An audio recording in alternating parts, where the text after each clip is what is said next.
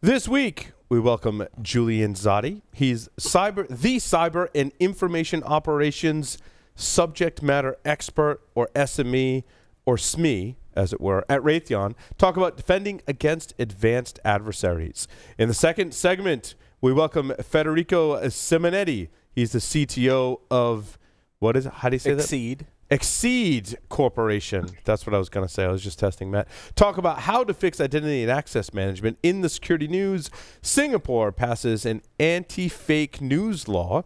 WhatsApp vulnerability is exploited to infect phones with Israeli spyware. Major security issues found with Cisco routers. Microsoft releases security updates to address some kind of remote code execution vulnerability. So really nothing big going on in the security news this week. So stay tuned for all that and more on this episode of Paul's Security Weekly.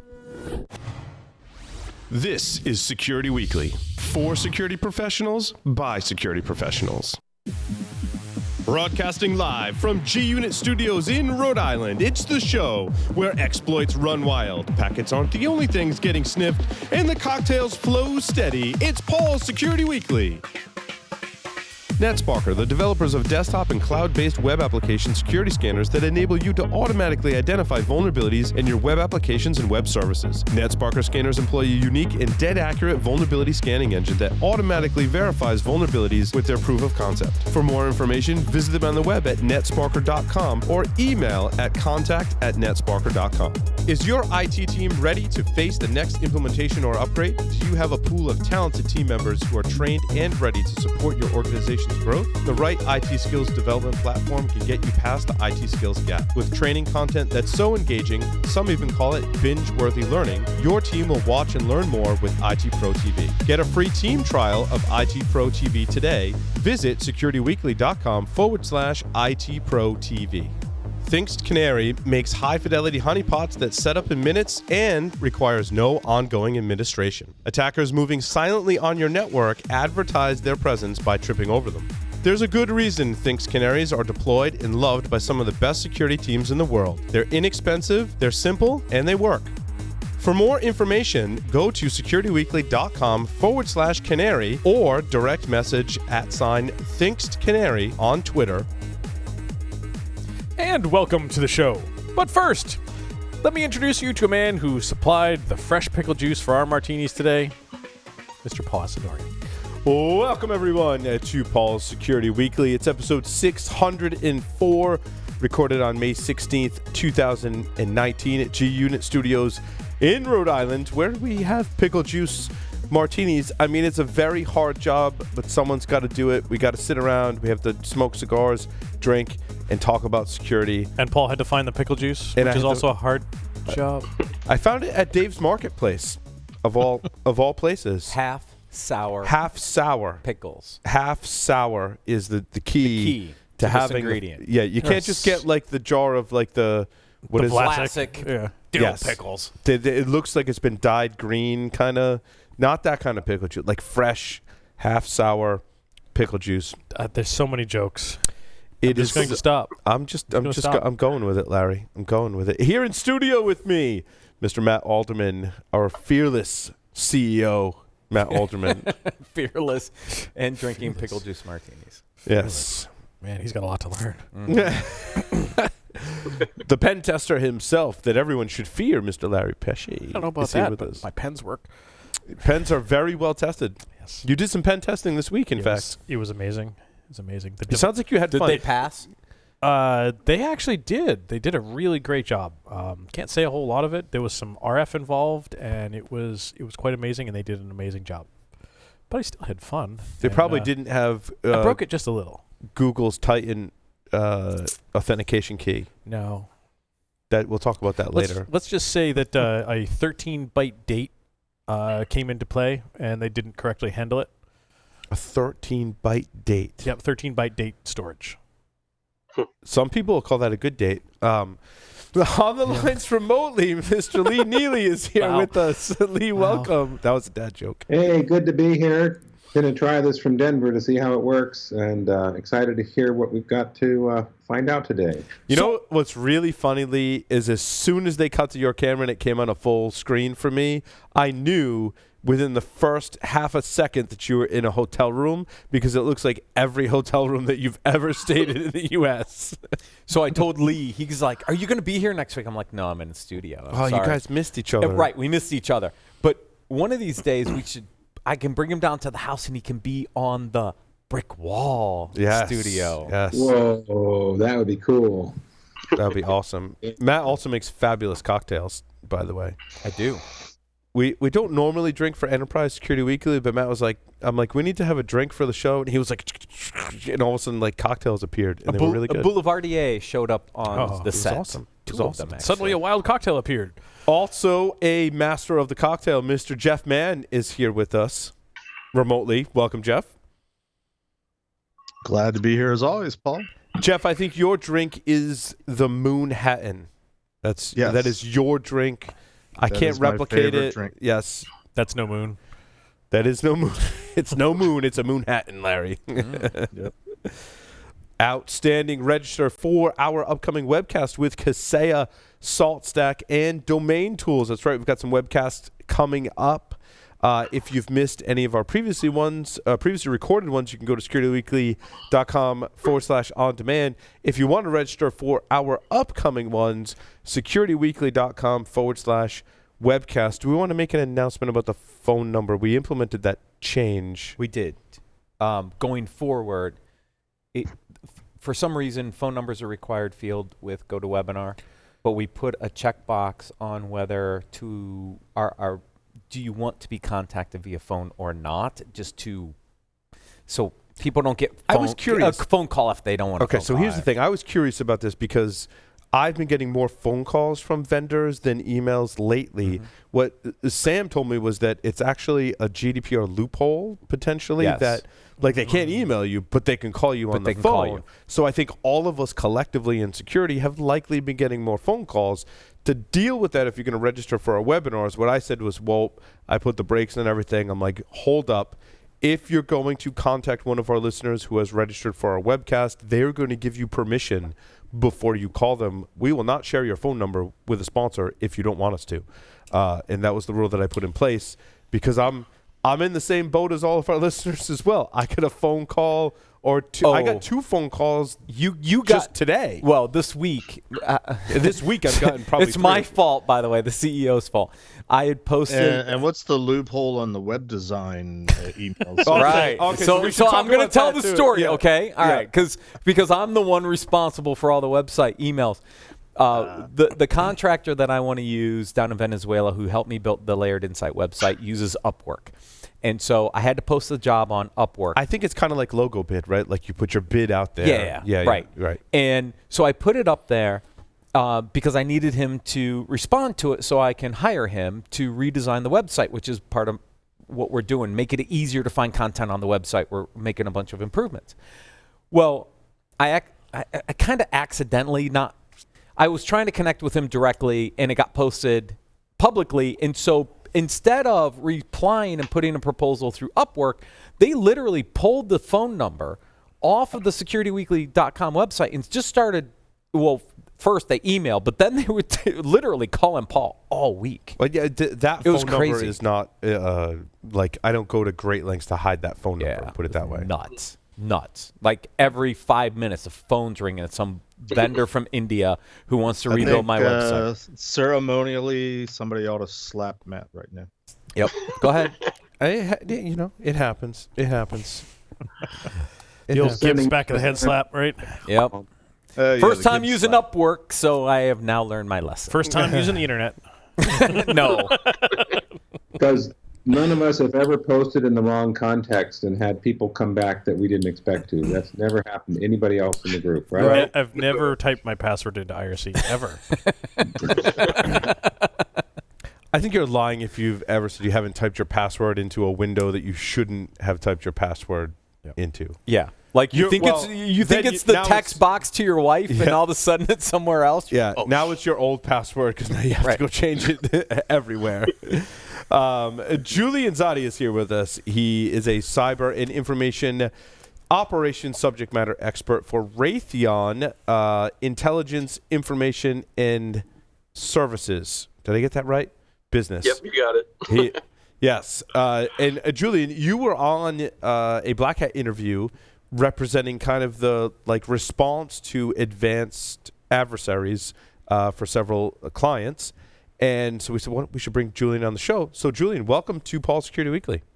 Oh, thank you very much for having me back. Appreciate it.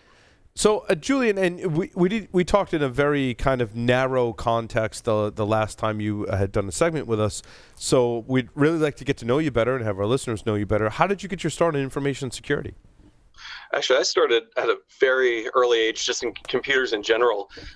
Actually, in second grade, I started programming in BASIC, moved on to C in fourth grade, and then the rest is history, so to speak. That's awesome. I've been enjoying it ever since. I have a similar path, and we were just telling in one of our meetings recently that I started. Thankfully, my parents signed me up for a computer programming class when I was 7, and I really liked it. So I'm still learning how to program. I went the same path, BASIC to C, but I did it a lot later than 2 and 4. Right. Yeah, it was an interesting time. And then I started doing assembler in high school, and everybody's like, "What are you doing? All these 3-letter things. It's much easier just to use C or BASIC or whatever." My heart was set on that. So That's awesome. That's awesome. Yeah. A lot of fun. So tell us a little bit about your role at Raytheon. What do you do today? So I actually started out as a reverse engineer. So my undergrad and master's are in electrical engineering. So started out doing reverse engineering of hardware, and then kind of moved to software and what I like to call augmentation of that stuff.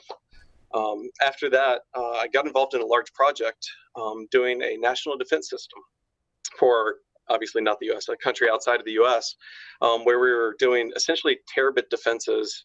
It was pretty cool at the internet exchanges for this country. So ever since then, I've been an architect here, and I've been working on large-scale computer network defense technologies. So, Julian, I want to go back to reverse engineering hardware. Can you describe some of the projects in maybe not in much detail, but what kinds of things were you reverse engineering in hardware?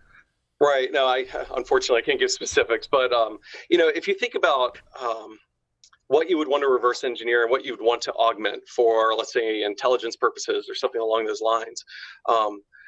Anything that touches a network or has a possibility of coming in contact with a machine, a computer, or another device, even let's say SCADA, is an avenue for an attack. So if you reverse engineer that, you take it apart, you're looking for various ways to either attach a mechanism or modify its use. Basically anything can be used against you. Right. No, that's really awesome. Yeah. Today you do some of the more kind of, is it an incident response role today, Julian?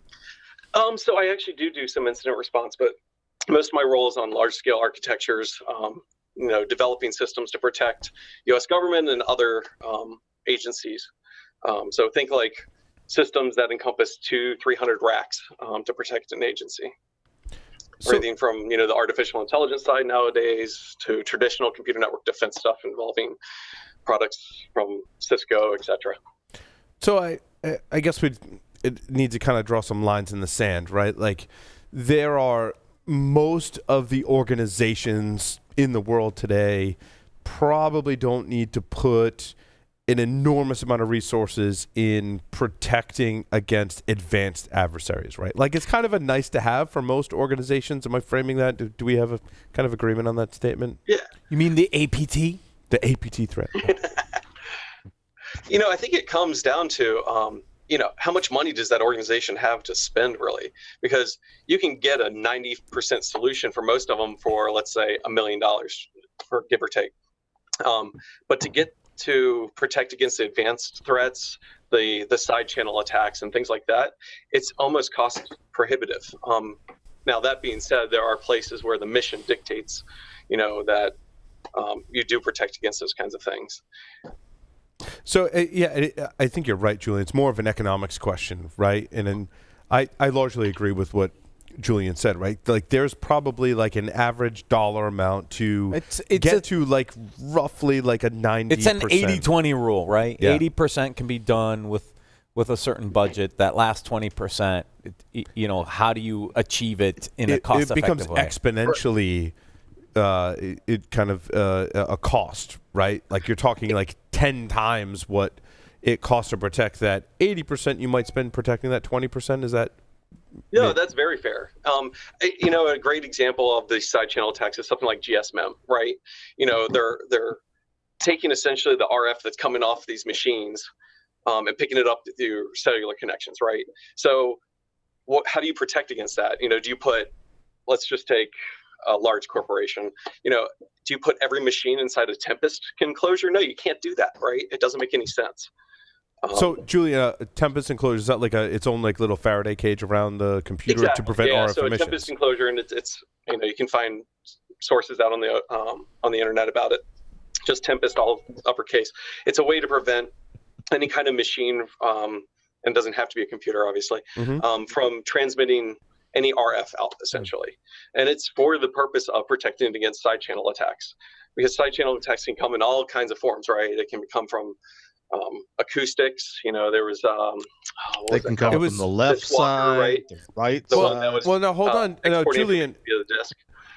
If you have a Tempest cage around the computer, does that also protects?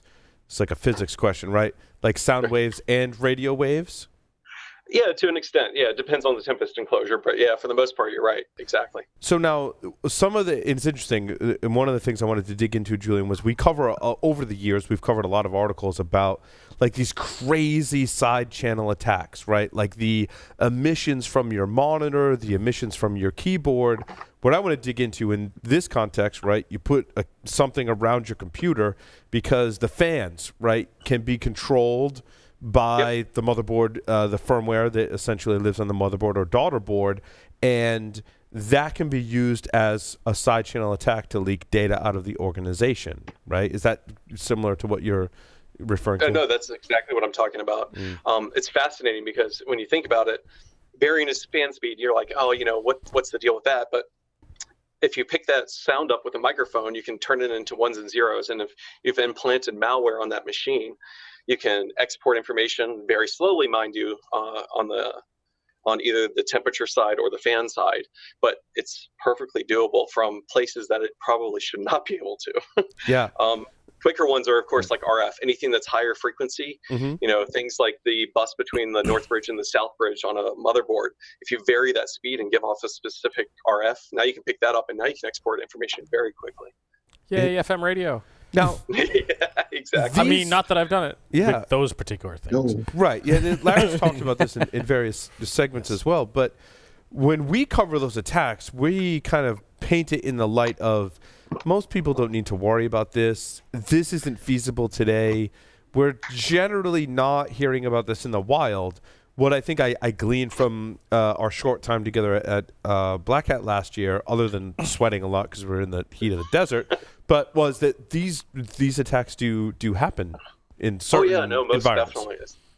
Especially against governments, not specifically the U.S. government, but governments around the world. You think about it, they have huge amounts of protection already against the traditional attacks, right? And they're checking files coming in, they're making sure that they're not putting USB into their machines, things like that.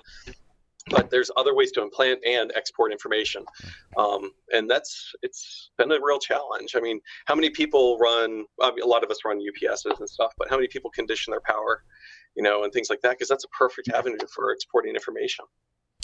You know what's interesting, and this is somewhat of a philosophical question, right? Like, if you go to great lengths to prevent against the more, I don't know, I'll call them like traditional attacks, right? Like Julian, you were saying they protect, the files coming in and out. They've got, endpoint security. They've got network controls. They're looking at all of the more traditional things. Do you then force an attacker to use more advanced techniques that are then very difficult and very expensive to then detect? Like, does it kind of work against you in that sense? So if you watch the escalation of attacks, you almost always start out with the cheap ones, right? It's the ones that are commonly available, the CVEs that are out there, et cetera, right? And if those don't work, you'll see the attackers start to elevate. They'll start to use things 0 days that they've developed. And eventually, if they can't get into a system, especially if it's an air-gapped system, if the network's completely separate, you'll start seeing these side channel attacks. But again, it's, these aren't targeting individuals, right? These are maybe high individuals, within governments, but they're attacking air-gapped machines and things like that. And actually, we're starting to see a little bit of industrial espionage like this as well. Interesting. So I was Go ahead, going Lee. to ask. I'm familiar with all these scenarios from the public sector. In the private sector, how much is this? I want to say a risk, let alone even on the plate in terms of threats they worry about. In the private sector, Yeah. It comes down to cost again. I think some of them are starting to realize that these things are happening. So they're becoming more aware, but they're realizing that the cost to prevent these kinds of attacks it's prohibitive. So you see things, to try to prevent them in other ways. So a good example is, you can export information via the screen. I think we talked about this a little bit. If you're looking in through the windows of an office, right? You can flash a single pixel on and off very quickly and export information. So they're starting to darken windows and cheap things like that, so to speak. Right. They haven't gotten to the point of doing Tempest in the private sector yet. Who knows? Maybe we'll see that at some point. Yeah. So, Julian, do a lot of these things kind of pivot into more physical security measures than information security measures? I think they do. Definitely. At least from the side channels perspective, it's definitely more physical, because that's how you're doing it. You're finding non-traditional ways, not out that network cord, right? Or out the wireless, to export the information. So a lot of it is physical, correct? Yeah, you need to get access to the data center so you can get close to monitor and pull the RF You need to be off in you've got to be some inside proximity, probably. right? Exactly. Yeah, and it depends on the attack. The higher frequencies, and now I'm coming in my EE days. The higher frequencies can't go as far, right? They can't penetrate into walls and things like that. Now, of course, if you're looking through a window for either acoustic or thermal things, that's a little different. But the lower frequencies are a little bit easier to get through walls. So you'll see attacks like that sometimes. Or the power ones are interesting. You can export a lot via power. Basically, we're using the 60 hertz here in the US as a carrier for information, and exported out the power cord pretty quick, actually. And the only thing that seems to stop that is transformers. So if you have physical access like on a floor, it's traditional buildings have like a transformer per floor or so.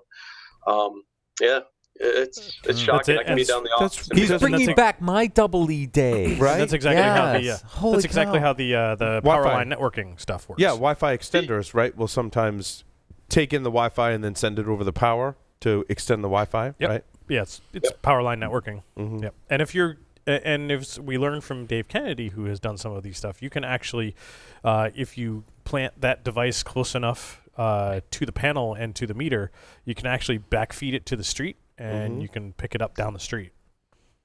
That's interesting. That may or may not be possible. How do you think Julian I get? can How do you neither think I get confirm- internet access to my shop, which is on a separate meter? Interesting. I have because I have access to both panels, and I literally have electrical outlets wired with about 2 feet of wire to the panel, which is next to my networking rack at home, and power line converter. And I just had to make sure I hit it on the right phase on both ends. So you send Ethernet over the power line back to the street, down about 30 feet of cable on the street, down to the workshop. Interesting. Yeah. Yeah, and you can get great speeds out of it. Yes, It's shocking. Yes. What kind of speeds do you get doing that? Depends on the does distance comes into play? Yeah. Always. And Always, right? It's physics, the right? quality of the connections matter too. If it's not well interconnected, that the connections on the electrical end aren't it slows it way down. But you can get like up to gigabit these days. Like, would you do that in the house? And getting the phase right is really critical. Yes. Everything I learned about physics was mostly from Star Trek, so I rely on those with the double E background. Give me to warp 10, Scotty. Yes. So when you've done all the assessments for and measuring for emissions, how's it received when you're reporting out? Are they surprised, or they kind of knew that they were bleeding like that? You mean when I found them in the wild? Mm-hmm. Oh no, it's always shock. The first thing is, you're kidding me, that can't happen, right? And then they disbelieve it, and then you show them, let's say the power graphs, right, and you can see the carrier frequency and everything. And I was like, there's your file right there. Wow. That's pretty Boom, good. we That's got pretty you. cool. Yep. And now I'd be remiss in asking, how often do you check for them at night? You mean check for these kind of For this kind of emissions at night? Yeah, I mean, so when you think about it, that's the best time, right? It's true for any kind of APT attack, right? They're going to try to export information during low times, or sometimes even during the high times, because they want to hide in the noise. It really depends on what they're doing. And we've seen APT activity where, let's be honest, sometimes all you need to do is send a single byte that says, do this now, and it can lead to a physical attack. You guys probably saw the article on Israel retaliating against a cyber attack. Yes. I mean, sometimes it's just a single byte that says go now, right? Yep. Wow, and nobody got my joke about the nocturnal emissions. Like, do you check for the emissions? But still, it was a great answer, and thanks for keeping on topic. That was dad joke right there. Always Dad layered to joke take too. us right into the gutter. Yes, try. So Usually I've it's got me, a so this is refreshing. I had a question for you. I remember when in the mid 2000s we coined the term APT. What the heck did we say before that? I can't remember. Oh man. Targeted attacks. Yeah, I guess. Yeah, I think so. I don't recall, honestly. I mean, APT caught on like wildfire in terms of being a new term, but we felt it really didn't describe the adversary as well as what we used to say. But Now, I guess I have to get over it after about 14, 15 years. now, Jeff, you've been noticeably quiet during this conversation about emissions. And I'm gonna keep staying quiet. He doesn't want anything to admit that he might regret. Yes. Sometimes on an it's airplane? better to keep your mouth shut. Mm-hmm. And your emissions to yourself. That's right. All I will say is none of what you're describing is new. Correct. I agree with that. Yeah. We didn't embark on that journey of a conversation and with the assumption that anything we're talking about is new. I think it's a renewed focus because we get very focused on the stuff that goes over the wire or Wi-Fi for that matter, right?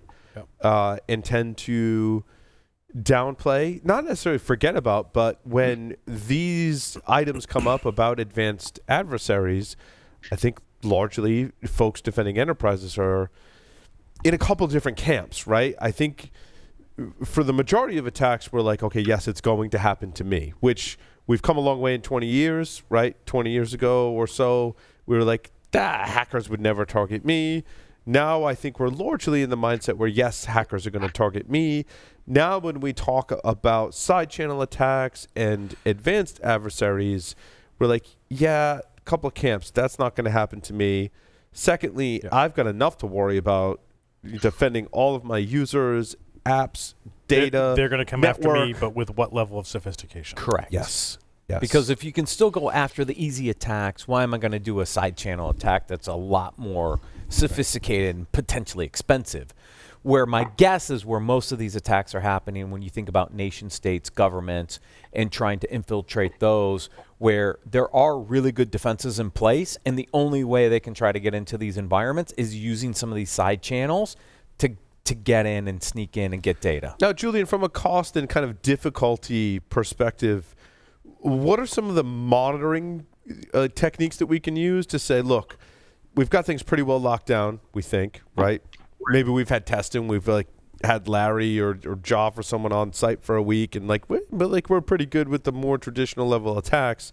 Now, if an adversary wants to get in, they've got to use more advanced attacks. I would imagine the first step is monitoring. The ideal thing is prevention, right? Are there cost differences and what are the techniques there between monitoring and prevention or detection? No, there definitely are. So it's interesting. We talk about a lot to our customers about this supply chain integrity. Mm-hmm. How many people check printers and monitors and things like that as they come in. Do we have time to scan every monitor that comes in and look at firmware on printers and things like that? It becomes a cost thing. But if you implement like secure supply chain stuff, then that prevents that a lot. Watching what countries parts are coming in from, and things like that. Was this delivered directly from the manufacturer? Did it stop over at a harbor where it sat for 5 days and could have been modified in some way, etc. So the very first part is really supply chain integrity. So we like to buy our firewalls right from China. Directly from China, because we want the original source Chinese malware on them. It's like delivery time is anywhere between 7 and 30 days, and it's shipping directly from this address in China. I'm like, great. Like, we get the malware, and it's right off the boat. It's nice and fresh. It's fresh. It's fresh. And it's like the latest version of that malware. That's it's right. not like That's right. It's passed through a It's not supply like 6 chain. months It's not old. stale. It's between 7 and 30-day-old malware right from China, and I highly recommend it. Exactly. No, and then starting to get into the stuff later on besides the supply chain, you start getting into monitoring techniques. So how many people are doing RF sweeps on their offices and things like that? These are kinds of things that you might want to do late at night. A team comes around with a software-defined radio and is just looking for any types of emissions that are kind of odd or things like that, or spiking. You can definitely go that direction as well. Are there good solutions out there? I mean, this is really sophisticated stuff. I mean, to monitor for some of this stuff, to protect against some of this stuff. I mean, I couldn't name solutions out there. Pony Express was close, and I'm not saying they were there, but I mean they were close in the sense that like Wi-Fi and Bluetooth, they could monitor. And since they were largely some cellular, and largely they were based on Linux, it could be a very logical extension. That was the closest I've seen. I don't know of anyone else. Yeah, I mean, commercially available, that really is what you're looking at. Things from Hack 5. Mm-hmm. You start getting into the software-defined radios, like I had mentioned. That some of that stuff can pick this up. But what happens if they're exporting via thermal? I mean, it's a very difficult problem. You start doing, thermal coatings on Windows to try to prevent this kind of thing, but you're not going to notice it, so to speak. Julian, how do you do a side channel attack that's based on thermal energy? So actually, think about all of our laptops, right? To conserve energy, they're spinning down their CPU when you're not doing something active, right? If you're just typing away, it's sitting at, maybe a couple 100 megahertz, right? Unless you're running Chrome on Linux, and then it's unless you're running Chrome on anything. it's memory. pretty much like at least 5 to 10% across all your cores if Chrome is just running, doing nothing. Mm-hmm. Yeah, very true. But imagine being able to vary that CPU now so that the temperatures going out your fan are varying, right? Going up and down. So you increase the CPU, the fan speeds up, there's a higher thermal there, right? And you can decrease it. Now you're at a 0 and a 1, 0, 1, and you can do that kind of thing. I mean, how many people pay attention to when their fan speeds up? I kind of do, just because of like my if you position, hear it, but, right? Like My if you MacBook Air does it all the time, If and it's you usually hear it, because I have yes. 32 tabs on tab. Chrome. Chrome, yeah, it's usually Chrome, right? You totally got that MacBook from China, didn't you? Totally. No, Chrome. It's right here. Yeah, right there. Yeah. But now, of course, and I would have to assume with that method, there'd definitely be some very slow data rate that would happen there, given that you have to wait for those thermal changes to happen over a long period of time. So how do you collect the data from the thermal device? Is that like a remote sensor? Have you ever seen the cameras from like FLIR and others like that? And Yep. Seek is another one. You can buy a Seek thermal camera for like $100, and I can pick it up easily in a garage going through a window in an office building. Spell Like that? I can. I have it's interesting. I have SEEK. I bought this for my house to, test if I was leaking heat or like letting in heat or cold, and it's a surface temperature gauge, and it's basically like it's a laser. It's like a laser pointer, and whenever the laser goes on, it reports back to me the surface temperature, which is, it's just the coolest little gadget like ever. I mean, it does have its, use cases legitimately, but it's also kind of cool just to like kind of see like how hot is the fireplace? Like, and when I shine it on the window that I replaced versus the window that was original to the house, like how much of a temperature change. It's a very nerdy thing, right? But I'm assuming it's technology like that. I used to use the same thing to check my tire temperatures when I was racing. Yeah, right. But I mean, think about it. That same exact technology can be used to pick up either thermal or acoustic. It can pick up vibrations. Interesting. Yeah. So it's a similar kind of sensor for acoustics as it is thermal energy as well. Very similar, yeah. Because you can pick up the slight vibrations, essentially. We need like a segment like Physics Security Weekly or something. Oh, yeah, so we can all geek out. Right?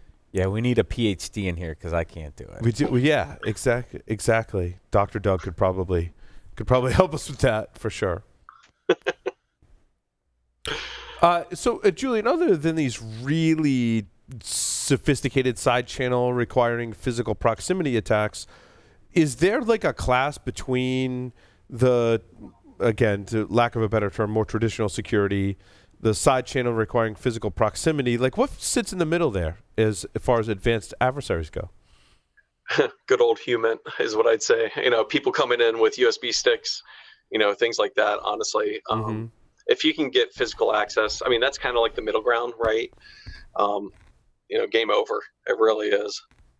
It's interesting. So if the attacker, and I think it comes down to economics. If the target has assets that are of high enough value, I would imagine that the physical attacks, side channel aside, right, physical attacks in general are more costly, right, for the attacker to implement. Because, like, look, it was like episode 3 or 4 where Mike Poore quoted, was it Dan Geer or someone that was like every attacker on the internet is less than 5 milliseconds away. You're less than 3 milliseconds away from every creep on the internet. But that's where the espionage activity is happening, right? Is they're trying to implant and infiltrate through employees that can then eventually get access physically to be able to do this, right? And I think the most probably public case of this is the whole T-Mobile China Tappy issue, where this was a full-on insider espionage physical security attack, because they had this thing locked away, this robot Tappy that was testing the mobile phones, completely locked away. And the Chinese literally engineered their way to get physical access and literally ripped the arm off the robot to get data that they needed to try to replicate that from an intellectual property perspective. That was a 100% inside physical security attack. Well, I think that it kind of segues into a nice point, is that the attacker doesn't necessarily have to like get on an airplane and like travel somewhere, right? There, you can flip an insider. You can use any postage server delivery service, right, to deliver a package to gain. There's lots of ways to gain physical access. Julian, I don't know if you can comment on some things that you've seen, but there are other ways to execute these physical attacks. Oh yeah, and most definitely, like, insider threat is the most common you see. Yeah. I mean, especially on, I hate to say it, but like the either the employees that are brand new, or younger ones who are not making much money, and suddenly, some guy comes in and, hey, if you could just plug this in, I'll give you $50,000. Well, kid right out of college, might take advantage of that kind of thing. Yeah, they're like, thank you, that helps me pay down my student loans. It's awesome. Right. Exactly. Yeah, and boom, physical access. Now what can you do? And not understanding maybe the full implications, which is one of the reasons we did the show, right, is to make people understand those implications. Oh no, they got $50,000. They understand the implications. Yeah, maybe, and a lot of people probably do as well, right? Maybe they don't want to see the implications. Oh no, they understand the implications. That the implications was they got $50,000. Their own implications. And they don't care about the rest. Yeah, exactly. And the other easy way to get in, honestly, is through just untrained employees, right? A lot of pen testers, of course, myself included, have done this. You take a whole bunch of USB keys, right, and you throw them out in the garage. And what happens invariably, somebody picks one up, takes it inside, plugs it in to see who it belongs to, and that's it, right? And that still works today, as much as we've talked about the technology that can prevent against that, and the education that we've done to tell users that you shouldn't do that. It still works. And it works best if you label it my favorite porn. Mm-hmm. You think I'm kidding. You throw in some social engineering in there. Yep. Yeah. You load a few good videos and some well-crafted malware. Define Videos. I mean, good. Define good. Never mind. You know what? Don't define good. All it has to be is your favorite. That's right. This is true. It doesn't have to be good. Good is subjective. We actually considered doing it. I was down at NCCDC. I was part of the red team for the National Collegiate Cyber Defense Competition. Sorry. Yes, sir. Yeah, and I was part of the red team, and we considered throwing some USB sticks out to the students, but we didn't go that far this year. I'm disappointed. You should have. Maybe next year. We've got to save some things, right? So Paul, we're buying 100 Security Weekly branded USB sticks. Only 100? How many people are going to trust them? This is what we're going to test. Yes. And I'm sure they will come with their embedded Chinese malware on them. Most likely. Hopefully we can wipe that out in my plan to burn them 16 at a time, I think is what USB 3.1 will support. And this is for the same reason why InGuardians doesn't give away InGuardians branded thumb drives, because we don't ever want to have an InGuardians branded thumb drive used as an attack, and then when it gets discovered, like, InGuardians did this. I think for us that would be pretty good marketing, but I agree. I'm not sure yet. We're going to figure this out at Black Hat, but there's no such thing as bad marketing. No such thing as bad media. Don't say that to the bad swim lane media. guys. Never mind. Maybe there is. In any case, more questions for Julian. Yeah. Wow. I've had fun with the ones we've already asked. Right? My feeble attempt to get Jeff involved in the conversation failed. So therefore, we will go to Julian. Are you ready to play 5 questions with Security Weekly? Oh, dear God. Sure. I'll go for it. This is a very fun game. It's very easy, Julian, because there is no right answers. There are no wrong answers. There are only answers. And there's only 5 questions, one of which is multiple choice with only 2 possible answers. You have a 50-50 shot of us judging you. That's right. We don't judge. Right. Our listeners might. All right, Julian. The first question is choose 3 words to describe yourself. Ooh. Oh. Adventuresome? Unique? Fun. If you were a serial killer, what would be your weapon of choice? Oh, man. Machete. If you wrote a book about yourself, what would the title be? What mistakes not to make? In the popular game of Ask Grabby Grabby, do you prefer to go first or second? Ooh, first. Choose 2 celebrities to be your parents. Alive, dead, fictional, or otherwise. Oh, my parents? Mila Kunis and Michael Douglas. I like the Michael Douglas. That's I like a the good Mila one. Kunis. Yeah. Like Wall Street. That was a good movie. That was a good movie. That's like a second to the Angelina Jolie and Brad Pitt. It is. Yeah. Wow. See, we judge you, but in a good way, Julian. You passed. No, there is no pass or fail. Julian, thank you very much for appearing on Paul's Security Weekly. It's been a pleasure. Thank you guys very much for having me. Appreciate it. Stay tuned. Coming up next, Exceed. Exceed. I said that right. Exceed. Coming up next. Stay tuned.